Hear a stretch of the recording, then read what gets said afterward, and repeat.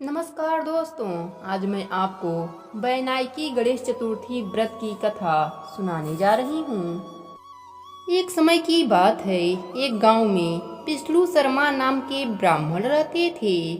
वे वेदों के ज्ञाता थे। उनके 7 पुत्र थे, जिनमें से 6 पुत्र संपन्न थे, लेकिन एक पुत्र बहुत ही गरीब था। उनके सभी बेटे अलग अलग रहते थे। विष्णु शर्मा अपने पुत्र के घर एक एक दिन भोजन करते थे। धीरे धीरे वह बहुत कमजोर हो गए। वह पुत्रवधू द्वारा अपमानित होकर रोते रहते थे।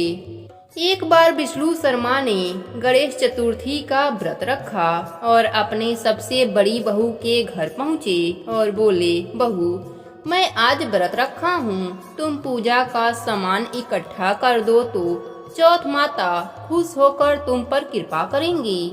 यह बात सुनकर बहू कठोर बाड़ी में बोली, पिताजी, मुझे तो घर के कार्य से ही फुर्सत नहीं है।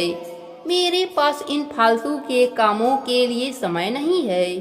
आप तो हमेशा कुछ ना कुछ काम करते रहते हैं। मैं नहीं जानती आपके चौथ माता को।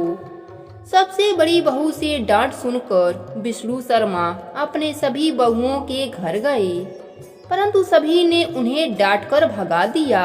वह बहुत दुखी हुए। अंत में अपने छोटी बहू के घर पहुँचे। छोटी बहू के घर भी बोले, मैं व्रत रखा हूँ, पर तुम्हारे पास तो मेरी पूजा की सामग्री लाने के पैसे भी नहीं है। तब छोटी बहू बोली, ससुर जी, आप परेशान मत होइए और अपनी इच्छा लेकर व्रत कीजिए। आपके साथ मैं भी व्रत रखूंगी। ऐसा कहकर छोटी बहू पड़ोस में से व्रत की सामग्री मांग कर लाई। छोटी बहू और ससुर जी ने मिलकर पूजा की। पूजन के बाद अपने खुद भूखा रह गई और भूखे ही सो गई। आधी रात के बाद ससुर को उल्टियां होने लगी और वह रोने लगी। बोली, पिताजी, मेरे बनाए हुए खाने से आपको उल्टियां होने लगी हैं। और सारी रात अपने ससुर के पास बैठी रही। इस प्रकार उसके व्रत के साथ साथ गणेश चौथ का जागरण भी हो गया। सुबह उठकर उसने देखा कि उसका सारा घर हीरे मोतियों से जगमगा रहा है। अपने ससुर से वह बोली, पिताजी, इतने हीरे मोती मेरे घर में कहाँ से आए? तब ब्राह्मण विष्णु शर्मा ने कहा, बहू, यह सब तो तुम्हारी भक्ति का फल है। गणेश भगवान प्रसन्न होकर व्रत का फल स्वरूप तुम्हें धन दिए हैं।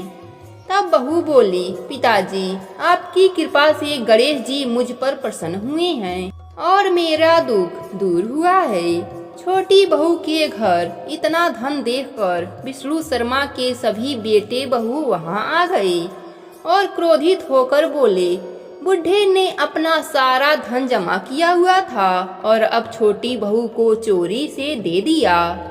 तब विष्णु शर्मा बोले, यह धन मेरा नहीं है। छोटी बहू ने गणेश चौथ का व्रत किया था और भगवान गणेश जी प्रसन्न होकर यह संपत्ति उसे दिया है। मैंने पहले तुम सभी बहुओं के घर जाकर यह व्रत करने को कहा था, लेकिन तुमने मेरी एक ना सुनी। लेकिन छोटी बहू के घर कुछ भी नहीं था। वह मांगकर पूजा की सामग्री एकत्रित करके वह मेरा व्रत पूरा कराया। इसकी सच्ची भक्ति से प्रसन्न होकर ही गणेश जी ने इसे अपार संपत्ति प्रदान की है।